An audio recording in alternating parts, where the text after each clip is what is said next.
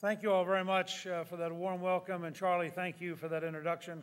I should introduce, this is my sister Susan, who lives right here in the Harrisburg area, and she has wanted me to point out to you that she's not only a solid conservative who's been at this conference for many years, she's also an NRA member and is deeply in support of the right to bear arms.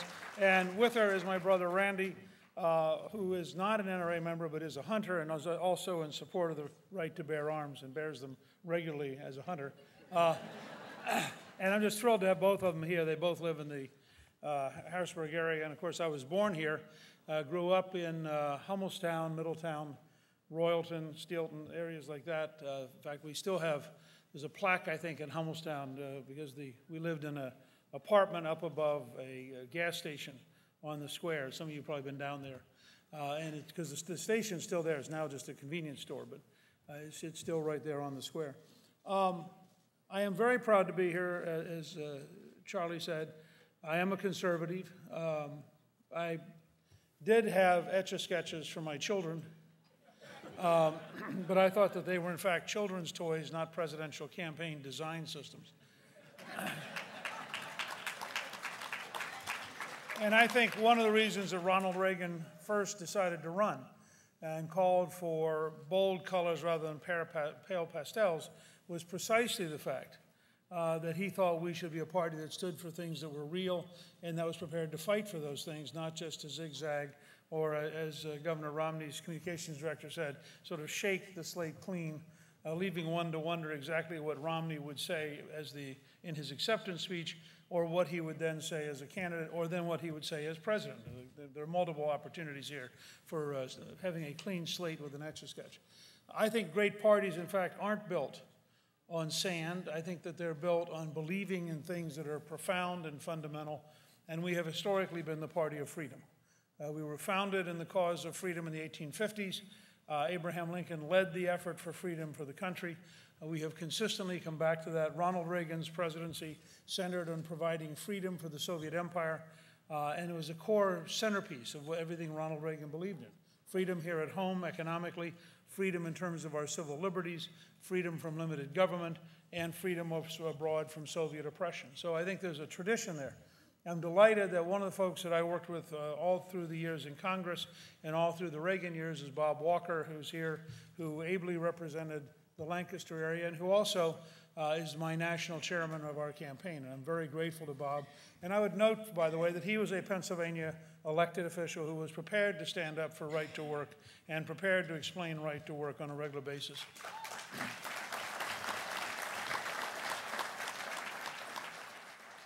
And I'm very delighted that Senator Toomey has done exactly the same thing. He has proven that you can be a Pennsylvania politician who stands for freedom and who answers the questions of union members in a way that they accept, rather than assuming you have to give in to the pressure from the union leadership. I think there are big differences in this campaign, and they'll be clear as we campaign here in Pennsylvania. When I was Speaker of the House, we led an effort that created 4 consecutive balanced budgets in a row, the only time in your lifetime that we had 4 consecutive balanced budgets. We paid off $405 billion in federal debt during that period. By contrast, my good friend Senator Santorum, was a member of a leadership that ran up $1.7 trillion in deficit, including the bridge to nowhere, and in the process set the stage in 2006 for the worst Republican defeat since Watergate. So I think if you talk about how do we defeat Obama this fall, somebody who designed the contract with America, helped get the first Republican majority in 40 years, had the largest one-party increase in American history in 1994, 9 million additional voters for the Republican Party that year over 1990, and who led the first re-election of a House majority since 1928, may have a better understanding of how to win this fall. And I think winning this fall is really, really important. The objective fact is that this is the most important election of our lifetime. A re-elected Barack Obama will be a nightmare in terms of American values and American interest. I mean, just imagine, if he can get re-elected in this economy, with these gasoline prices, with these deficits, with the policies he outlines, he will take that as a vindication to go even further to the left and to do everything he can to impose a Chicago-style machine on the country. And that's why this really is a critical election. And we really have to look at the question of who can, you know, if you thought about September and October and you had $1 billion campaign by the president, you have the elite media doing everything they can to reelect him, who can we nominate who can actually stand on the same platform and win the debates against Obama and decisively prove that he should not be reelected? And that's frankly why I decided to run. I believe it's important.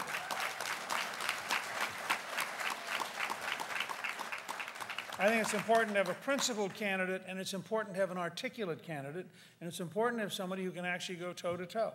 Now, for the last 3 weeks, we have been giving folks a demonstration of how to do that. We began campaigning on $2.50 a gallon gasoline, and the first reaction of President Obama was to attack the idea. And then his pollsters began telling him this is a really bad idea, that in fact people would like to have $2.50 a gallon gasoline. And so if you actually look at the last 3 weeks, it is a perfect set piece. This is what I learned from Ronald Reagan and Margaret Thatcher. It's a perfect set piece fight. I mean, how do you offset $1 billion? You find a truth so obvious that the ads don't work. You know, if we're going to fight over the price of gasoline and it stays where it is or goes higher, you can't run enough ads to convince people it's cheap. And that's a huge problem. So one of the keys to successful conservatism is to pick fights that are the right principle, but they're also the right solution. Because people want to know that their lives will be better. And so let's take the example of energy, which is one of the great opportunities for conservatives to demolish the left intellectually. I mean, the left has a whole series of ideas that are profoundly wrong. As Ronald Reagan once said, it's not what they don't know that's dangerous, it's what they know that isn't true. And you have to recognize that President Obama belongs to the Sierra Club Flat Earth Society. Any new information which makes oil and gas and coal acceptable is by definition bad, and therefore cannot be heard. And so the president gave a speech when we started down this debate 3 weeks ago.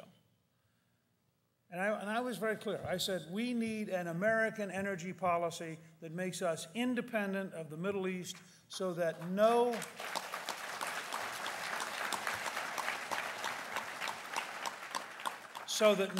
American president ever again bows to a Saudi king.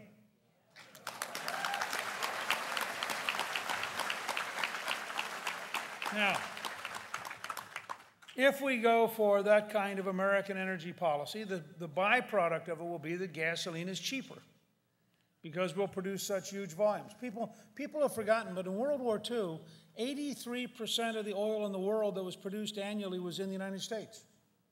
83%. We defeated Nazi Germany and Imperial Japan on a sea of oil from the United States. Our allies had oil. The Japanese and the Germans ran out of oil. Very straightforward. Then we adopted policies in the 60s and 70s that provided for what was supposed to be cheap Saudi Arabian oil because it's very inexpensive to pump oil from Saudi Arabia.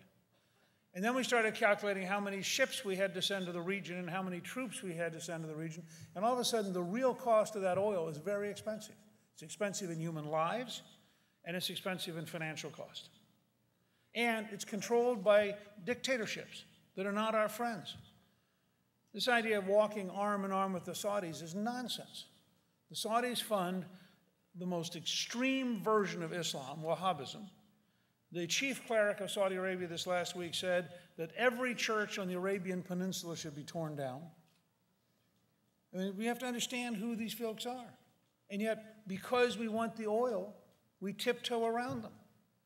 They were the primary funders of, organizers of, and participants in 9/11. It wasn't an Afghan operation, it was a Saudi operation. But we don't want to say that too clearly because they'll get mad at us. And so I've said, no, we ought to move in the direction of an American energy supply. But here's what makes it magic. Once again, despite every effort of the socialist regime, American ingenuity and American creativity has broken loose. We have developed new technologies for drilling, and the result is, first, in the natural gas field, which you've seen in western Pennsylvania, where there are over 60,000 new jobs, because we have learned how to get natural gas out of shale. And in Ohio, it now looks like we're going to get oil out of shale. And in the Eagle Ford Shale in Texas, they're going to get huge volume of oil, maybe as much as there is in North Dakota. And all of a sudden, there's this new technology, which Obama cannot recognize. It is against the rules for a legitimate left-wing person to recognize this breakthrough, because if the breakthrough is real, then it means you could afford to have gasoline. And if you could afford to have gasoline, you won't need to buy a Volt. And if you...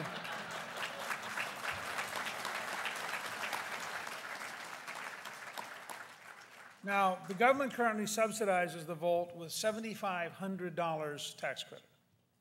And they've sold total in 2 years about 11,000. And I said at the time that it was going to be a very hard sell for sociological reasons, because you can't put a gun rack in a Volt.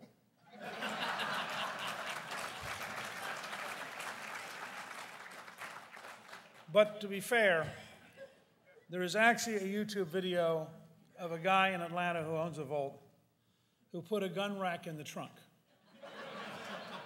But a friend of mine who's a hunter from Camilla, Georgia, said, yeah, but where does the deer go?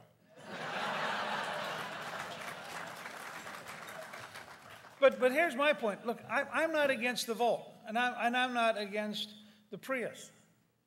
I am for you having the right to take the money you earn to buy the kind of vehicle you want without the President of the United States dictating to you what is appropriate.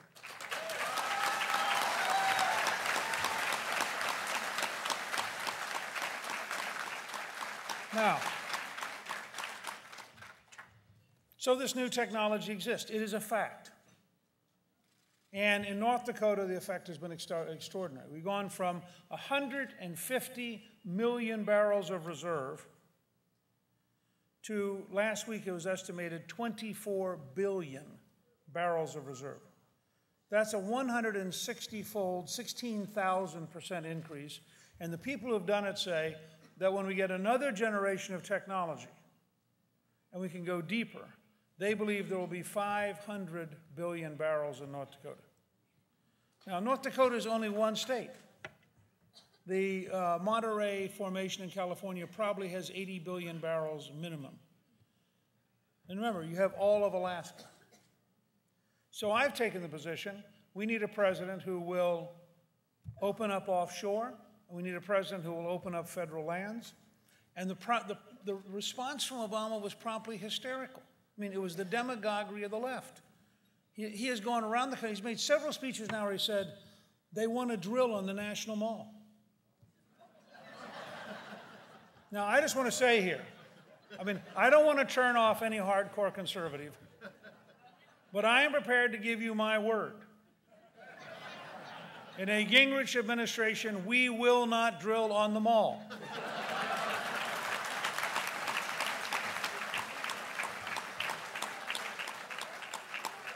I mean, you have to, the level of demagoguery that Obama indulges in is absurd.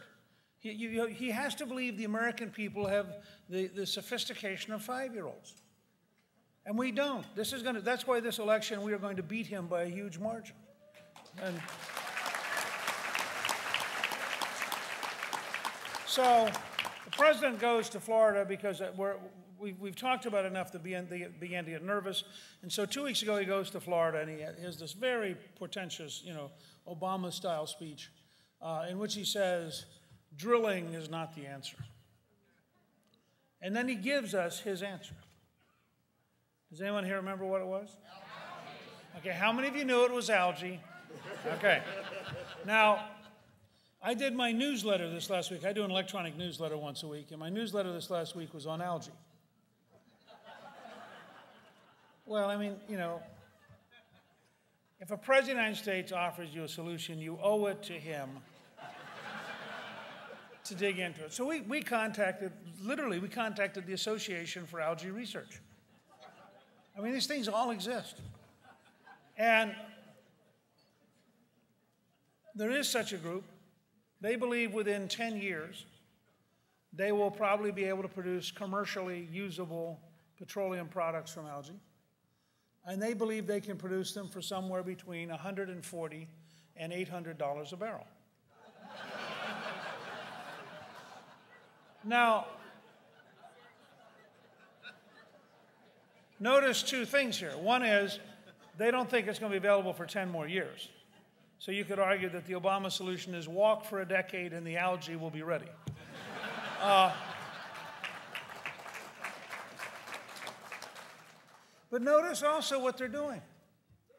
Once again, as they did with solar power, they are for a solution so expensive it's not economically rational. This is Solyndra in green. And by the way, they do not have a green energy policy. They have a greenback energy policy. They want to know who they're giving greenbacks to, and that's how you end up, for example, in Nevada with the president. I thought this was the dumbest possible scheduling by the White House. They send the president to a solar power facility which has 5 full-time employees for $54 million in tax subsidies. That means they're putting up $10,800,000 per job. Now, frankly, most of you would probably be happy to take the money and not have them build the facility. But just think about this. So the president goes out to visit this totally nonsensical, economically irrational thing to prove that he is really into the technology of the future. The technology of the present is called drilling. And what is fascinating, if you read the president's speech, on page 3 or 4, he says, drilling is not the answer. 2 pages later, he says, now natural gas, we've had terrific breakthroughs. And we've gone from a 7-year supply in the year 2000 to a 125-year supply today. We've gone from preparing to import liquid natural gas from the Middle East to preparing to export liquid natural gas to China.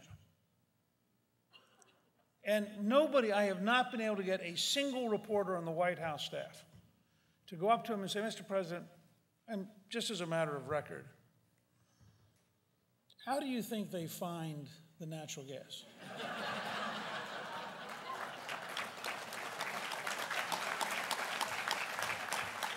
I mean, I want you all to think about this because this is the core of our indictment of Barack Obama. This is a man whose ideology blocks him from reality. So he literally cannot allow himself to say, gee, if drilling works in natural gas, how can I say 2 pages earlier drilling doesn't work? I mean, when they read the speech in the White House, no, he apparently didn't ask his staff. Isn't there sort of a logical inconsistency here? Now, the news media, in its effort to defend Obama, has been running around saying, well, additional oil won't make any difference, which is just, first of all, theoretically irrational. It repeals supply and demand as a model. But it's deeper. We have a historical parallel, which the president cited, natural gas. We've had an 11% increase in the American production of natural gas since 2008. The price has dropped from $7.97 a unit to $2.35 last week. If you had the same decline in the price of gasoline, you would pay $1.13. Now that's a literal parallel to natural gas. Now, it's not quite technically the same. You have to refine the oil and so forth and so on. So maybe it only dropped to $1.50. But I didn't even try to go there. $1.13, by the way, was the price when I left the speakership. I didn't even go back to the day Obama was sworn in, which is $1.89. And so the idea that getting to $2.50, which is the number we picked, is impossible, is just utterly, totally irrational. But I want you to notice, if we are prepared to have an American energy policy, if we're prepared to encourage the development of more oil and gas, the opportunities are enormous. First of all, you're going to see a natural gas highway in the near future. You're going to see trucking companies shift over because in equivalency, natural gas is about $1.50 a gallon cheaper than diesel fuel. And so you're going to see people who use lots of it really make a transition. That's going to further reduce the pressure on the price of gasoline. Second, if you watch what's happening in North Dakota where the federal government can't block it, it is astonishing. And by the way, every time you see Obama say we are drilling more today, remember, the places he controls, we're drilling less. The private property he can't stop, we're drilling more. For him to take credit for the places that he can't stop is just the height of hypocrisy. Everywhere the federal government controls, it is down.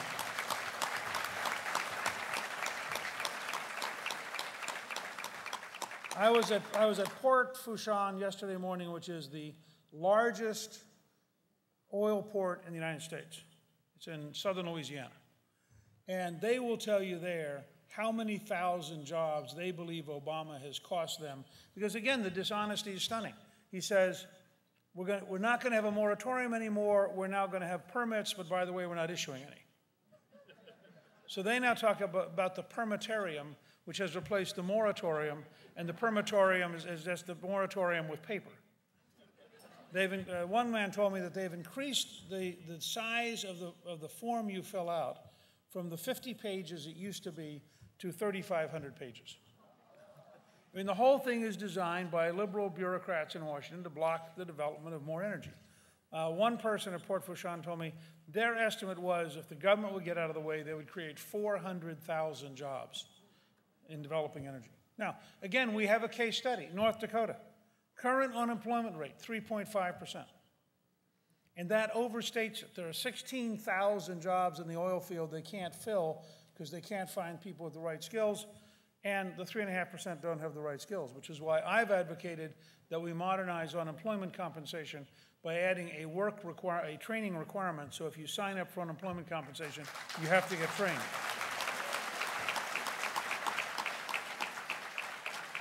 Now, I think there are profound reasons to develop an American energy policy, and I'm sticking on this today because I want you to understand you can take an idea like this, a topic like this, you can drive it home at every single level.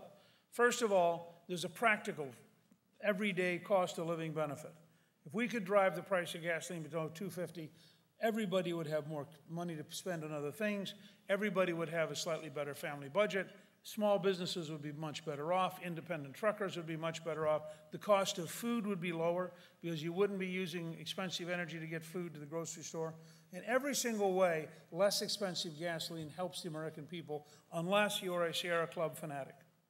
I mean, it's very simple and very straightforward. Second, if we kept $500 billion a year at home instead of sending it to Venezuela, Saudi Arabia, Iran, Iraq, if we kept it here, that would create millions of new jobs. North Dakota is proof of that concept. Third,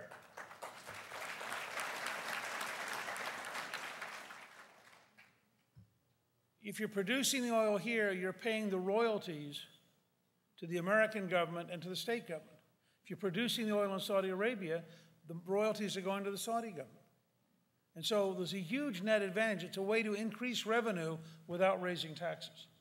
In fact, one of the people who organized North Dakota says, if we were to unlock federal land and unlock offshore, he believes the total amount paid in royalties over the next generation to the government would be between $16 and $18 trillion.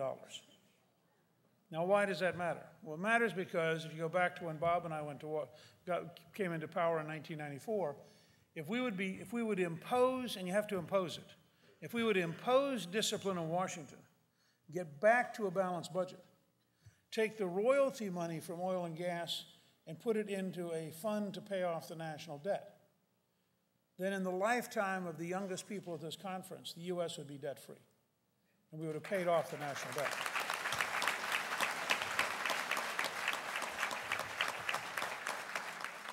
So notice, there's a double victory.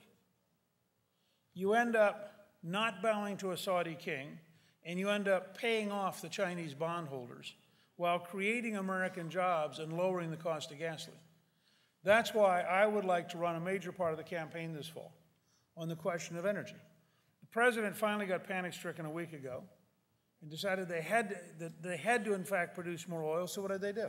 They turned to the Saudis. Now just think about that. They didn't turn to Louisiana or North Dakota or Western Pennsylvania, or Texas, or California, or Alaska. I mean, it makes you wonder sometimes what country Barack Obama thinks he's president of.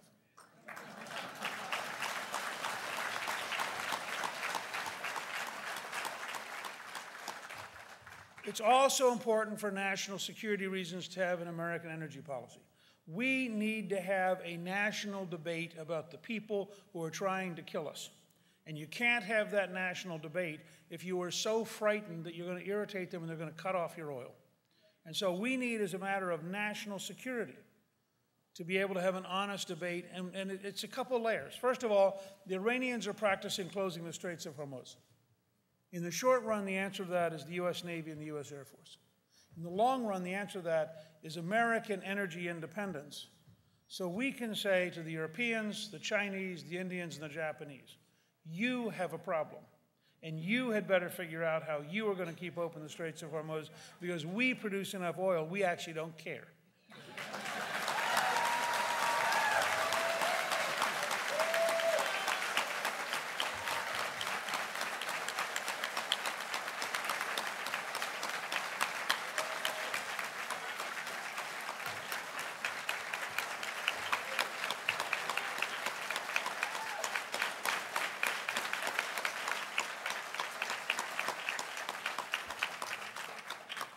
Let me say along the same line, as President of the United States and Commander-in-Chief, I will never apologize to people who are killing young Americans.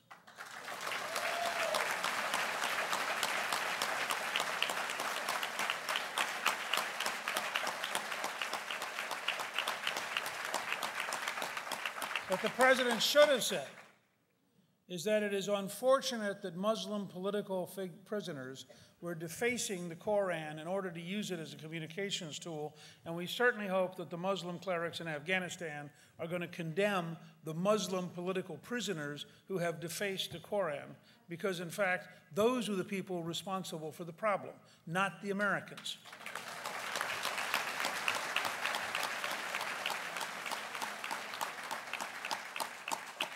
Now, this administration, in response to all that, has adopted a new slogan in the Defense Department which says something like, "We will hold sacred those objects which others hold sacred."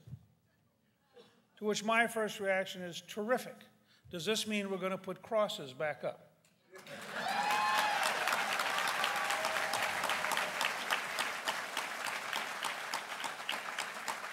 I mean, think about it. Here you have an administration, President Obama apologizes to Islamic fanatics while he is attacking the Catholic Church. And he doesn't seem any contradiction in those two behaviors. I was at Louisiana College, which is a Baptist college, which is a very right-to-life college, which said they will close rather than implement Obamacare. Now, why does the president why does he not have the same respect for the religious beliefs of the American people that he has for Afghans? And I just think this is a fundamental debating point this fall. I am tired of being told by this administration that we are worthy of no respect, but anybody else on the planet is worthy of apology, appeasement, and weakness. I think it's a terrible policy.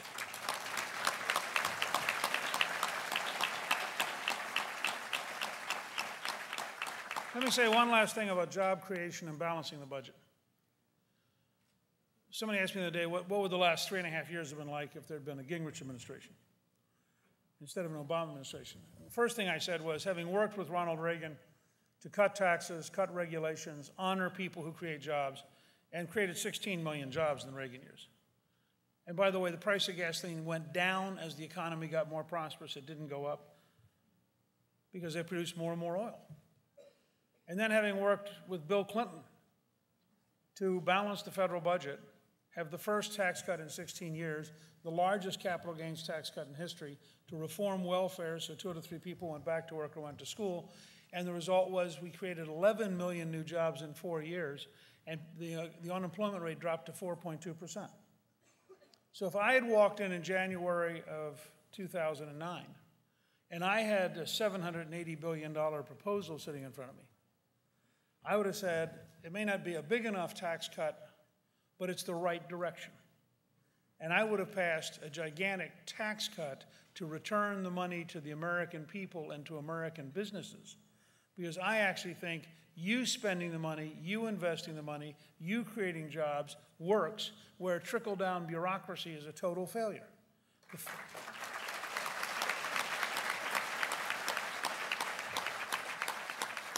The fact that this president found it surprising that shovel-ready jobs weren't shovel-ready tells you how much out of touch with reality he was and how little he understood about American government. But I'll close with this thought. I believe we can balance the budget. I believe we can do it. We did it last time in 3 years. I believe we can do it much faster than anybody in Washington believes. But the key from a conservative perspective is very simple. We need to shrink Obama's spending, not raise the American people's taxes. And the key is to reduce spending to the level of revenue coming in, not try to raise revenue to catch up with Obama's credit card. Now, I just gave you these examples because I want to ask for your help. It's very simple. If you're on Facebook, just go on Facebook and put Newt equals $2.50 a gallon gasoline. That will help the campaign immensely. If people ask you, it's an interesting slogan, but how would he do it? At newt.org, there's a 30-minute speech where I walk through step by step an American energy policy that would get us independent of the Middle East and reduce the cost of gasoline dramatically. And if any of you are interested in donating, you can start at newt.org. We have 176,000 donors, and the smallest donation that we have that you can check off is 1 gallon of Newt gas. That's $2.50. So you can do it. I believe with your help, Pennsylvania has a chance. We have candidates. I was born here. Rick was a senator from here. I think it'll be a very spirited primary debate. But I believe having somebody who knows how to design a winning national campaign and having somebody who actually could debate Barack Obama head-to-head and win, and having somebody who actually believes in conservatism far beyond the depth of an Etch-a-Sketch and has actually proven a willingness to fight for conservatism will give us the best chance for our children's future. And I ask for your help come the primary. Thank you all very, very much.